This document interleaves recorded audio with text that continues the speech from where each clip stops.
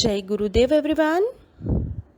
गुरुर्ब्रह्मा गुरुर्विष्णु गुरुर्देवो महेश्वर गुरुर्साक्षात् परब्रह्मा तस्मै श्री गुरुवे नमः। तस्मै श्री गुरुवे नमः। तस्मै श्री गुरुवे नमः। इस श्लोक का अर्थ है, गुरु ही ब्रह्मा है, गुरु ही विष्णु है और गुरु ही भगवान शंकर है। गुरु ही साक्षात परब्रह्म है। ऐसे गुरु को मैं शत शत प्रणाम करता हूँ। Hello, welcome all my dear students, and today we are going to study our chapter number 3 fraction, and let us practice 3.4. Let us practice 3.4, 3.5 and 3.6.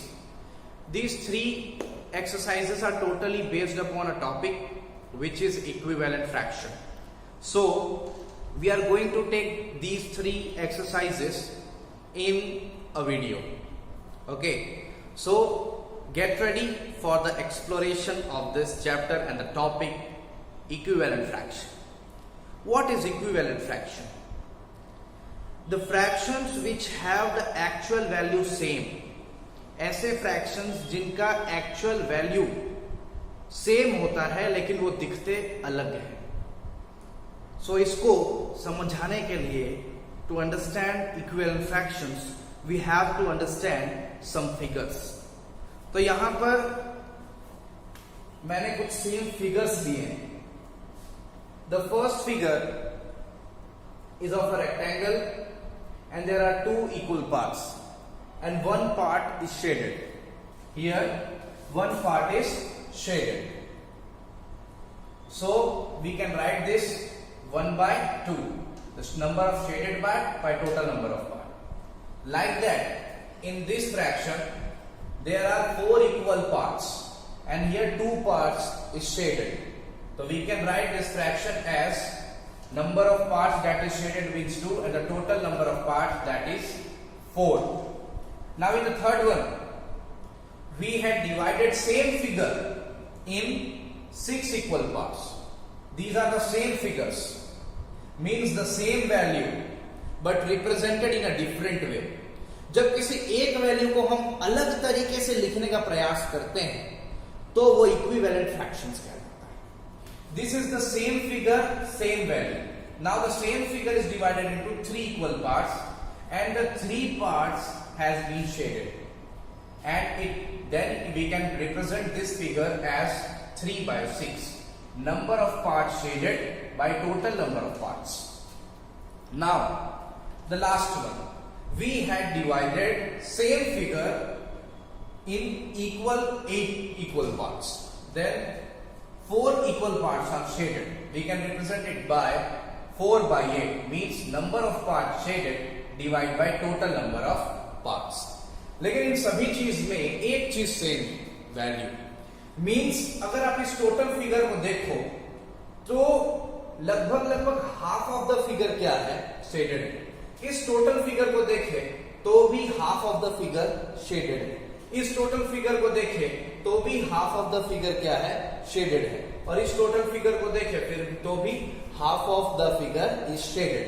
इसका मतलब हम इसमें एक बात बोल सकते हैं, we can say that 1/2 is equal to 2/4 is equal to 3/6 and it's equal to 4/8. These 4 values are equal और इन सभी का जो स्टैंडर्ड वैल्यू आता है वो आता है 1/2. Means this is the standard value of these fractions. 2/4, 3/6 and 4/8 are the equivalent fractions of 1/2. Okay, ये तो हमने सीखा इस फिगर से, लेकिन अब हम इसको मैथमेटिकली कैसे लिखें. अगर हमें क्वेश्चन आता है कि write 5 equivalent fractions of 1/2, then how can we write without drawing these figures.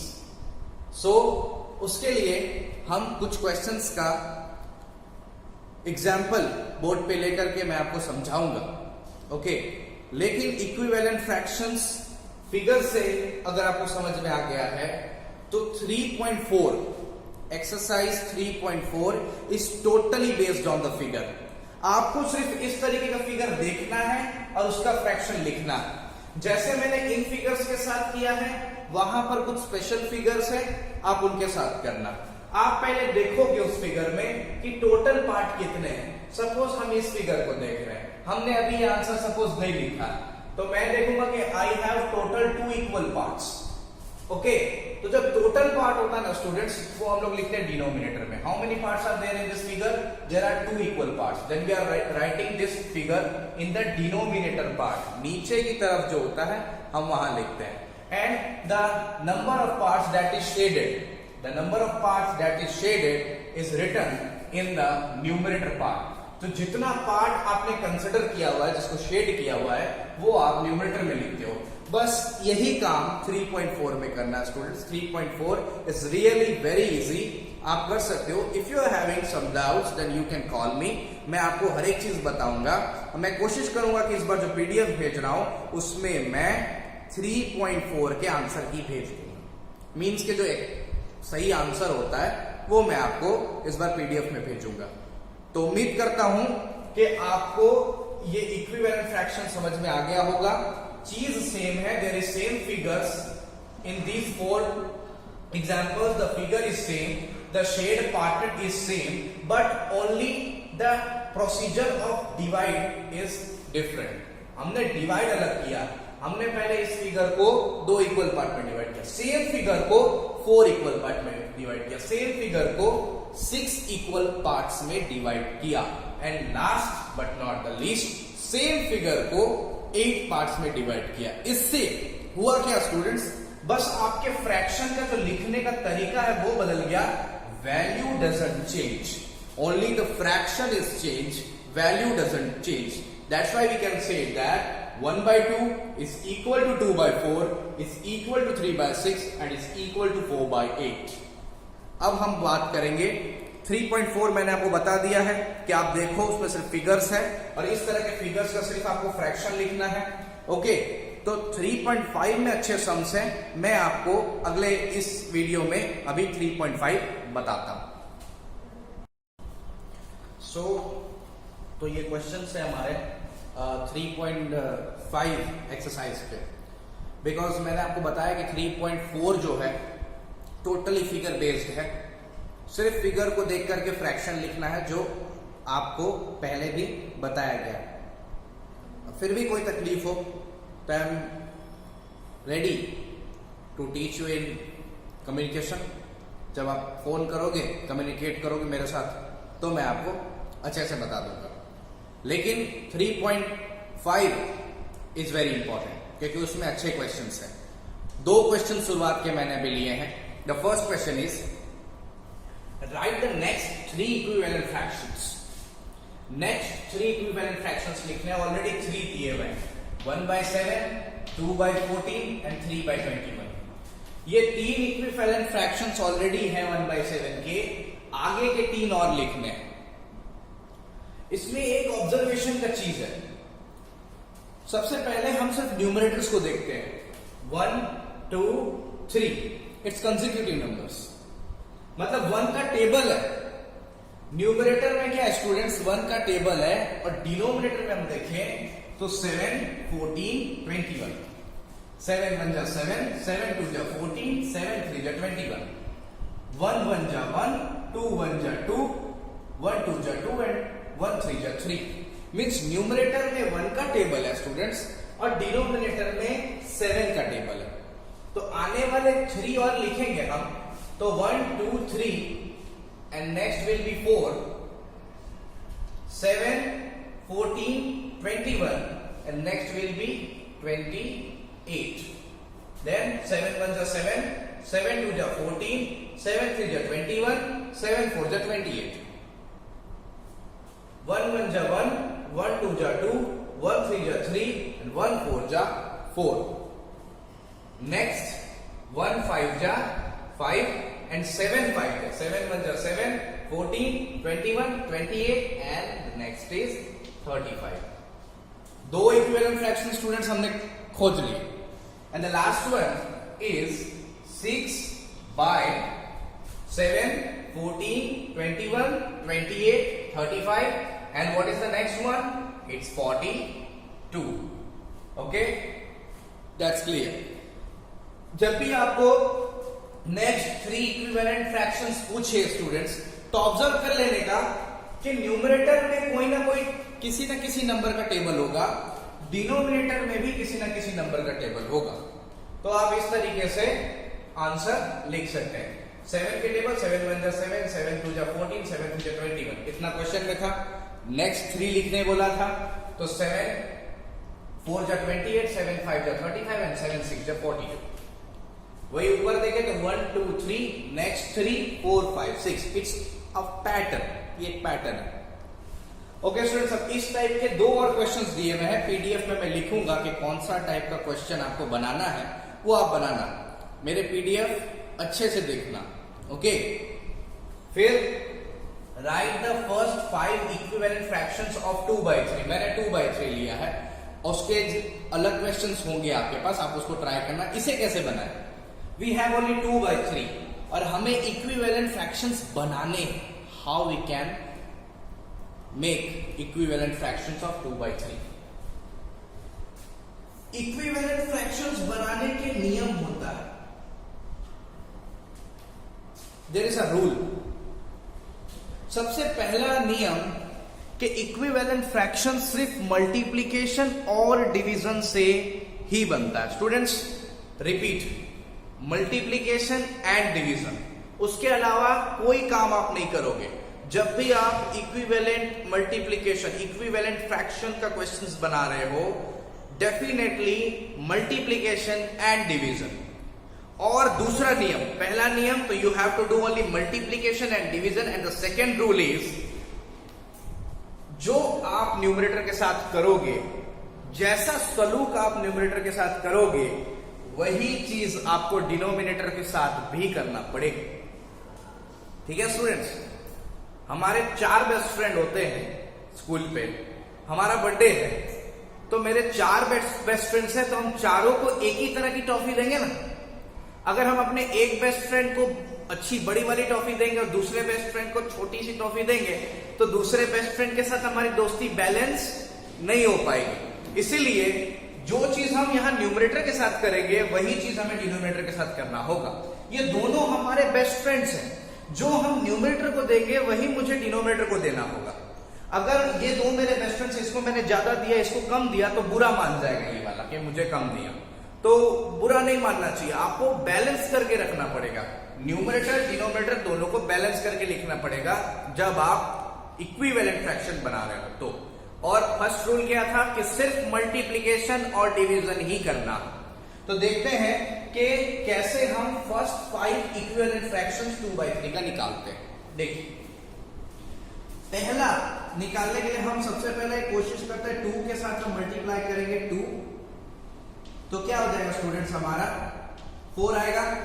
2 के साथ हम क्या मल्टीप्लाई करेंगे 2, तो मेरा 4 आ गया। मैंने कहा था जो काम हम न्यूमरेटर के साथ करेंगे वही काम हम डिनोमिनेटर के साथ करेंगे। न्यूमरेटर के साथ हमने क्या किया, 2 मल्टीप्लाई किया। ठीक है, तो डिनोमिनेटर के साथ भी हमको 2 मल्टीप्लाई करना पड़ेगा। तो 3 2 जा क्या हो जाएगा स्टूडेंट्स 6। ठीक है, क्या हो गया 2 2 जा 4 एंड 3 2 जा 6। ये आ गया पहला इक्विवेलेंट फ्रैक्शन। उसके बाद फिर क्या करेंगे हम स्टूडेंट्स, ये आ गया पहला इक्विवेलेंट फ्रैक्शन। दूसरा इक्विवेलेंट फ्रैक्शन लाने के लिए क्या करेंगे फिर, जैसे कि 2/3 है तो अब इसमें हम इंटू 3 करेंगे। तो 2 3 जा 6। जो मैंने न्यूमरेटर के साथ किया है वही मैं डिनोमिनेटर के साथ भी कर रहा हूं। Okay students, 6/9। ओके, अब दूसरा 2 आ गए हमारे, 4/6 आ गया। अब 2/3 मेरे पास है, मैंने 2 से दोनों मल्टीप्लाई किया, 3 से न्यूमरेटर डिनोमिनेटर मल्टीप्लाई किया, दो इक्विवेलेंट फ्रैक्शंस आ गए। अब हम क्या करेंगे, 2 को 4 से मल्टीप्लाई करेंगे, 3 को भी हमें क्या करना पड़ेगा, 4 से ही मल्टीप्लाई करना पड़ेगा, तो 3 बुरा मान जाएगा। 2 को 4 से मल्टीप्लाई किया, 2 4 जा 8, 3 को 4 से मल्टीप्लाई किया, 3 4 जा 12, that is solve, that's 8/12। 3 equivalent fractions आ गए, 2 और बाकी। अब मैंने 4 तक, पहले मैंने किया 2 से मल्टीप्लाई, फिर मैंने किया 3 से मल्टीप्लाई, फिर मैंने किया 4 से मल्टीप्लाई, अब मैं करने जा रहा हूं 5 से multiply. 2/3 multiply by 5 multiply by 5। Okay students, denominator दोनों में मल्टीप्लाई बाय 5 किया है। यहां पर देखते हैं हम लोग, 2/3 multiply by 5 and multiply by 5। जो मैंने न्यूमरेटर के साथ किया वही मैंने डिनोमिनेटर के साथ भी किया। ठीक है स्टूडेंट्स, तो अब क्या हो जाएगा, 2 5 क्या हो जाएगा 10 एंड 3 5 क्या हो जाएगा 15। ये हो गया 4th इक्विवेलेंट फ्रैक्शन। और इसी तरीके से आप इक्विवेलेंट फ्रैक्शंस को लिख सकते हैं। ठीक है स्टूडेंट्स, ये तो मैंने आपको समझाने के लिए बताया, लेकिन आपको अगर इसको एक्चुअल मेथड में लिखना हो तो आप कैसे लिखोगे? इसको अगर आपको एक्चुअल मेथड में लिखना हो, सबसे पहले we have 2/3। Now the first equivalent fraction is equal to 2/3 is equal to multiply by 2 and multiply by 2। ऊपर नीचे दोनों जगह हम multiply by 2 करेंगे, तो what it will be? It will be 4/6। Now 2/3 is equal to 2 into 3 by 3 into 3। हमने क्या किया स्टूडेंट्स, देखिए 2/3 ऑलरेडी है हमारा फ्रैक्शन, हमने 3 के साथ न्यूमरेटर को मल्टीप्लाई किया और 3 के साथ डिनोमिनेटर को भी मल्टीप्लाई किया। It will be 6/9। What we can do next, 2/3 is equal to multiply by 4 on the both at numerator, in denominator also it will be 8/12। तो how many are there, 1 2 3 has done. ऐसे ही students आप multiply by 5 multiply by 6 करके कर सकते हो। PDF में मैं स्पेशली लिख करके भेजूंगा कि how you have to solution of how you have to solve the questions. Okay, so अब हम अगले टाइप के क्वेश्चंस के बारे में बात करेंगे, 3.5 का। सो स्टूडेंट्स, अब हमारे पास दूसरे क्वेश्चंस हैं। जो हमारा थर्ड टाइप का क्वेश्चन है एक्सरसाइज 3.5 में, वो है find N equivalent fraction of the following. दो क्वेश्चंस मैंने लिए हैं जिसमें आपको इक्विवेलेंट फ्रैक्शन फाइंड करना है। इसमें आपके पास कुछ लिमिटेशन, आप अपनी मर्जी से जो अभी मल्टीप्लाई कर करके इक्विवेलेंट फ्रैक्शंस निकाल रहे थे, आपका मर्जी आया तो आपने 2 न्यूमरेटर और डिनोमिनेटर दोनों में 2 मल्टीप्लाई किया, आपको एक इक्विवेलेंट फ्रैक्शन मिल गया। 3 मल्टीप्लाई किया, मिल गया दोनों ऊपर नीचे। 4 मल्टीप्लाई कर दिया न्यूमरेटर डिनोमिनेटर में, तो आपको इक्विवेलेंट फ्रैक्शन मिल गया। लेकिन अब आपके हाथ पांव थोड़े क्वेश्चन ने बांध दिए हैं, कुछ लिमिटेशन आ गई है क्वेश्चन में। क्वेश्चन इक्विवेलेंट फ्रैक्शन तो पूछ रहा है, लेकिन वो बोलता है कि ऐसा इक्विवेलेंट फ्रैक्शन आप खोजो 5/9 का जिसका डिनोमिनेटर 45 ही होना चाहिए।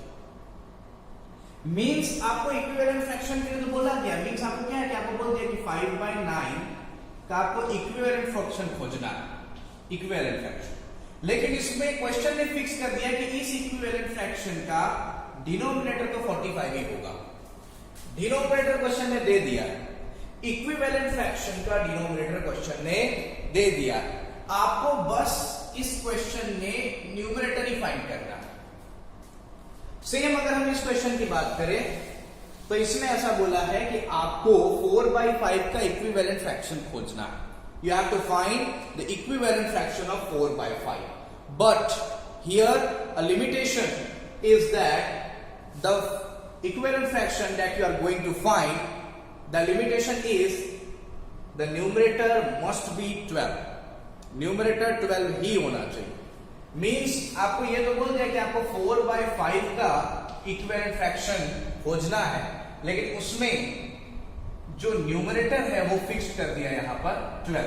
मतलब स्टूडेंट्स आप ये देखो दोनों क्वेश्चन में, तो बस फर्क इतना है कि इस क्वेश्चन में डिनोमिनेटर फिक्स किया है और इस क्वेश्चन में न्यूमरेटर फिक्स किया है. पर the main question is sir how we have to find and how we have to solve this question, because here half part of the answer is already given in the question.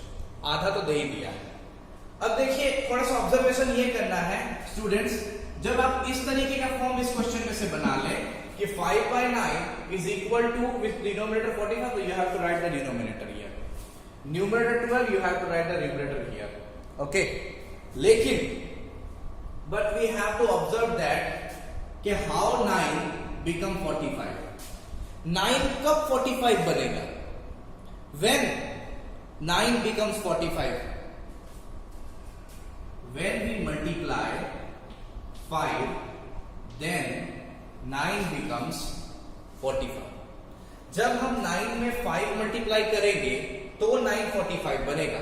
Means ये equivalent fraction को निकालने के लिए किसी ने denominator में 5 multiply किया है. तो मैंने कहा था स्टूडेंट्स इक्विवेलेंट फ्रैक्शन का एकमात्र नियम, अगर आपने डिनोमिनेटर में कुछ किया है तो सेम आप न्यूमरेटर के साथ भी करेंगे. तो you have to multiply 5 with the numerator. So आपको आंसर मिल जाएगा 5 into 5 will be 25. So the required equivalent fraction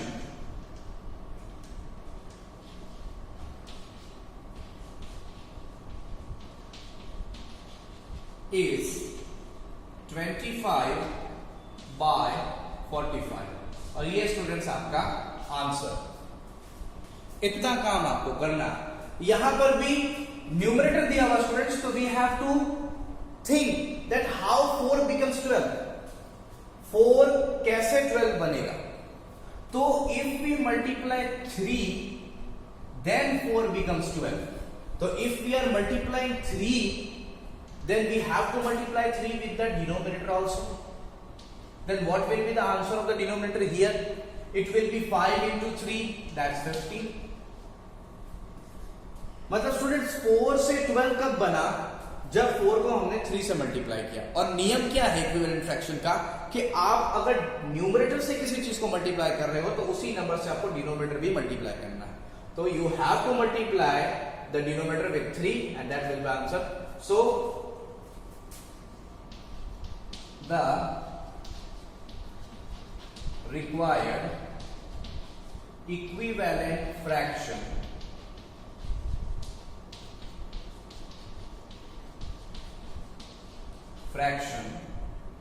is 12/50. That's all students. इसी तरीके का हमारा 5th नंबर क्वेश्चन भी है. 5th नंबर क्वेश्चन में मिसिंग जो नंबर है उसे फाइंड करना है.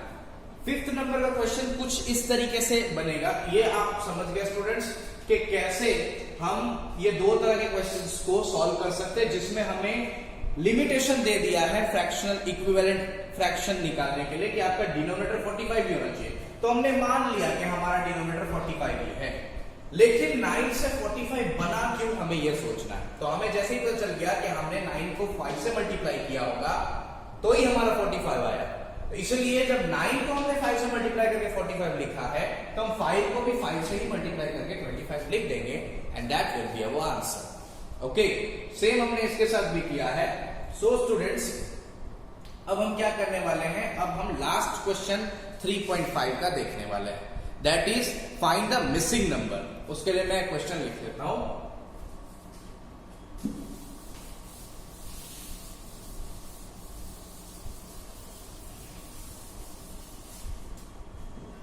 Question suppose 3/7 is equal to 28. अगर इस तरीके का क्वेश्चन है, सपोज एग्जाम्पल क्वेश्चन, तो फिर से हमें यही सोचना है कि हमारा मिसिंग नंबर जो है वो तो है न्यूमरेटर, हमारा न्यूमरेटर मिसिंग है और ये दोनों है equivalent fraction. So we have to think how the 7 becomes 28. So this question is simple and the answer is also simple. Okay, when we multiply 4 to the number 7, then it becomes 28. So to find the numerator here, we have to multiply the same number to the numerator also. So we get the answer 3 4s are 12. That's the. Then we are getting some more examples. Coming across some more examples here. Suppose the question is 7/5 and here the missing number is denominator and numerator is somewhat 35. So now we have to think about these two numbers. We have to think how this 7 becomes 35. How 7 becomes 35? 7 becomes 35 when we multiply 7 with 5. Now same we have to multiply the denominator also with 5. Then we got our denominator as 5 5 ja 25. That's clear, students?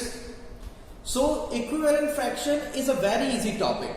Okay, and we had so much discussed till now.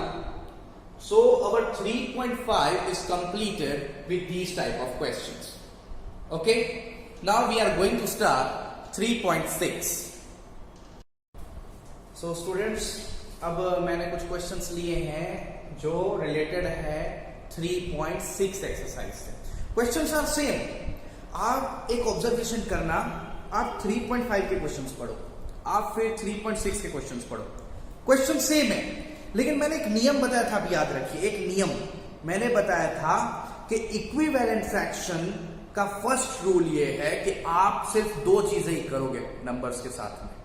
आप या तो multiplication करोगे number के साथ में, या तो आप डिवीजन करोगे. तो अभी तक आप एक चीज और ऑब्जर्व किए होंगे कि 3.5 एक्सरसाइज में अभी तक सिर्फ हमने नंबर्स के साथ में मल्टीप्लीकेशन ही किया है, डिवीजन तो किया ही नहीं. आपने ये चीज सोचा भी नहीं कि सर आपने तो अभी हमें कहा था कि फर्स्ट रूल ऐसा है कि हमें मल्टीप्लिकेशन और डिवीजन ही करना है, लेकिन सर 3.5 में तो कहीं डिवीजन नजर ही नहीं आया. 3.6 में स्टूडेंट्स डिवीजन नजर आएगा. ओके, तो उसी सेम क्वेश्चंस बट मल्टीप्लिकेशन की जगह अपने आप डिवीजन दिखाई देगा. देखते हैं हम लोग क्या है कि फर्स्ट क्वेश्चन में क्या बोला है कि find the equivalent fractions for the following and the first question is 10/12 which numerator 5. आपको 10/12 का इक्विवेलेंट फ्रैक्शन ढूंढना है, लेकिन फिर से लिमिटेशन, हाथ पांव बांध दिए गए क्वेश्चन के द्वारा. क्वेश्चन ने कहा नहीं, आप अपनी मर्जी से कोई भी इक्विवेलेंट फ्रैक्शन नहीं ढूंढ सकते. आपको ऐसा ही इक्विवेलेंट फ्रैक्शन ढूंढना है 10/12 का जिसका न्यूमरेटर क्या हो स्टूडेंट्स, 5 हो. ओके, तो हम इसको कैसे लिख सकते हैं कि भाई क्वेश्चन के अकॉर्डिंग हमें 10/12 का इक्विवेलेंट फ्रैक्शन ढूंढना है जिसका न्यूमरेटर 5 है, हमें डिनोमिनेटर पता नहीं है. So we have to think that how this 10 become 5. 10 5 कैसे बनेगा? किसी चीज का मल्टीप्लीकेशन से तो नहीं बनेगा, because 10 is greater than 5. So when we have to smaller a number then we have to divide that. अब 10 से 5 तभी बनेगा व्हेन वी डिवाइड 2. जब हम डिवाइड करेंगे 2 then 10 becomes 5. When we divide 2 then the 10 becomes 5. Now when we divide 2 with numerator we have to divide 2 by denominator also. मैंने कहा था जो भी काम, जो भी खाना पीना सब कुछ जो भी हम ये न्यूमरेटर को देंगे यहाँ, उसी चीज डिनोमिनेटर को भी हमें वही चीज देना पड़ेगा. जैसे कि हमने न्यूमरेटर को दिया 2 डिवाइड किया है न्यूमरेटर के साथ, तो हमें डिनोमिनेटर के साथ भी 2 डिवाइड करना है. और if we divide 2 by 12, if we divide 12 by 2, we got 6. We will get 6. Then, so the required equivalent fraction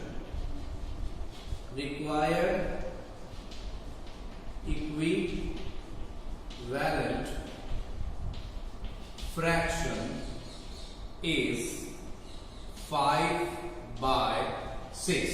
So देखा स्टूडेंट्स, इस क्वेश्चन में कैसे डिवाइड हुआ है।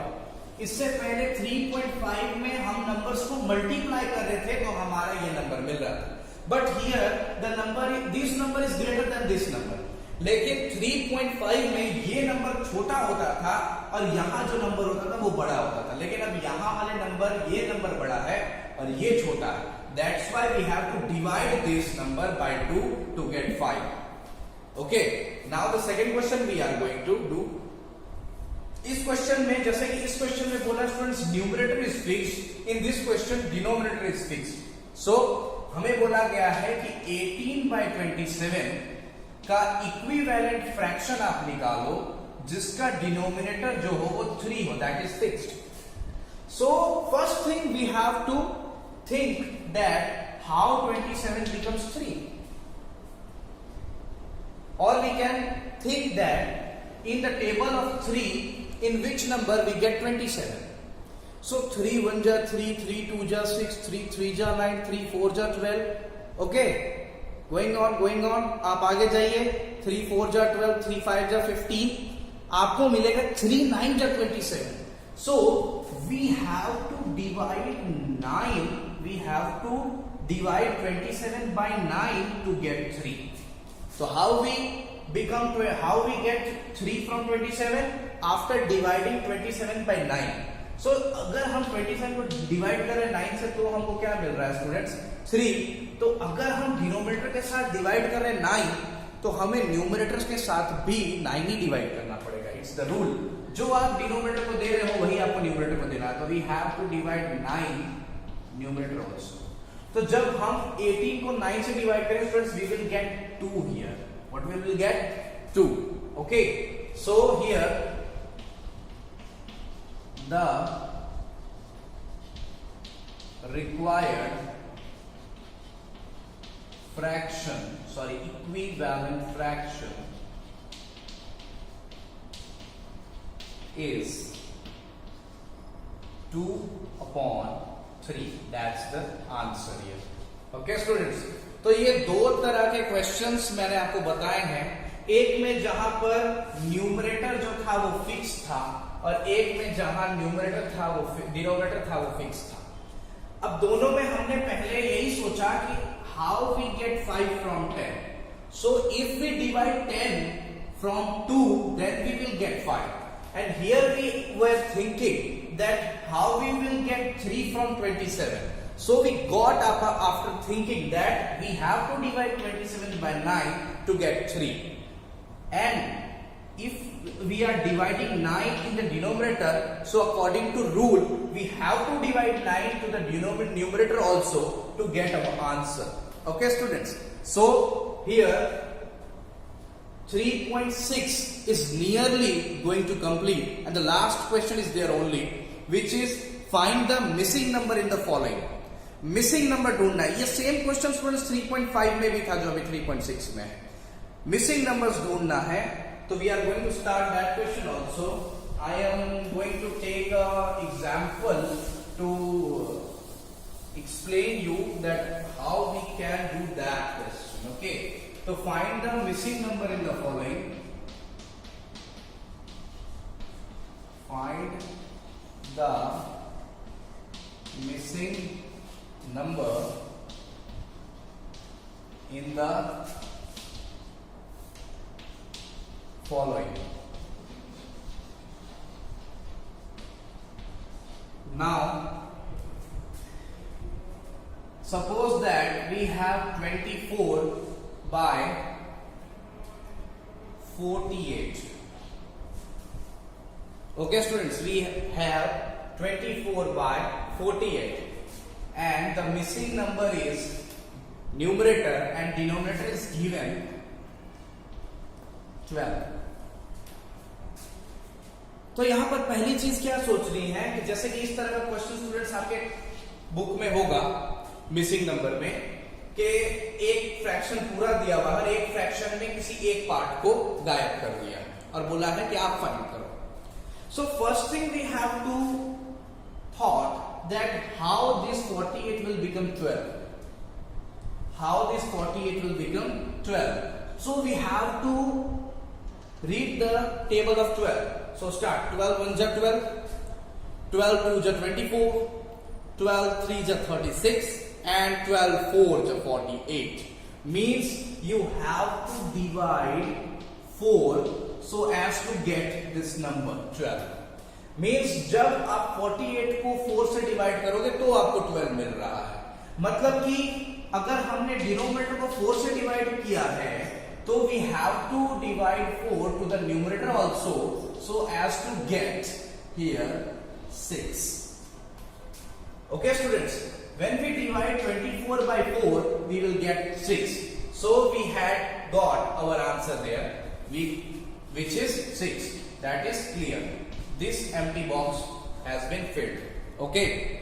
Now दूसरा क्वेश्चन भी एक लेते हैं students, which will be 3 by 18. Okay students, और यहां पर numerator is given but denominator is empty. You have to fill that space. Questions इसी तरीके के हैं. So first we have to think that how this 3 becomes 1. That's simple. When we divide 3 by its own then it will be 1. When we are going to divide 3 by 3 it will be 1. 5 by 5 it will be 1. 3 by 7 by 7 it will be 1. तो जब आप किसी number को उसी से divide कर दो तो 1 हो जाता है. So how this 3 becomes 1? When we divide 3 by 3. So when we divide 3 with the numerator, जब हमने न्यूमरेटर से 3 को डिवाइड किया, we have to do the same with the denominator. हमें डिनोमिनेटर के साथ भी सेम करना है. So we will divide 3 with denominator also so as to get 6. 3 6 is 80. Okay students, तो इस तरीके से फिल करना है. So 3.4, 3.5 and 3.6 is completed. And these all 3 exercises was totally based upon equivalent fraction. Okay students, so thank you so much for being with me in this video.